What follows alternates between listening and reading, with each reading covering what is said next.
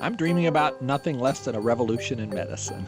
Francis Collins's dreams were always a mix of the big and the creative. There was no bigger or more creative effort than the Human Genome Project.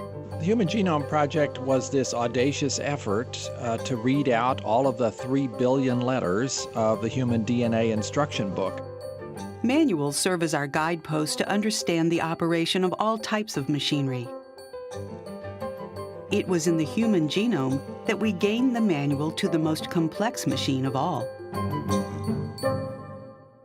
Almost every scientific problem I've worked on, I encountered first as a physician and found it fascinating and frustrating that the disease that I was trying to help somebody with had so little known about it. Collins's early efforts as a decoder were with cystic fibrosis, a devastating disease afflicting the lungs of children and young people. Having spent more than 5 years chasing down just one gene, the cystic fibrosis gene, it was clear that unless we had this kind of a database about our own instruction book, we were not going to make much headway in the coming years. I came to the conclusion there was only one Human Genome Project. It was only going to happen once in all of history.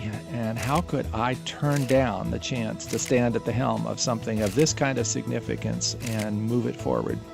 People, I think, have forgotten how controversial the Genome Project was in its early days. The majority of scientists opposed it. It was a tough sell.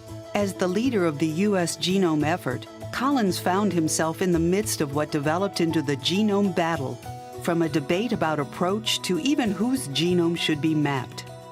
When history looks back at the Genome Project, I think the commentary will reflect both the science, because it was amazing science, but also this notion of giving the data away as a new paradigm.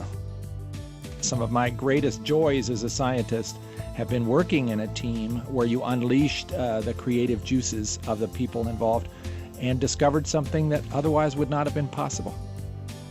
As the director of the National Institutes of Health, today Collins leads a team of 18,000 shaping our nation's biomedical future. But anybody who's listening to these words who feels like, gosh, I guess I missed the best part because we've already passed the peak of the most exciting science. Don't worry, it still lies ahead.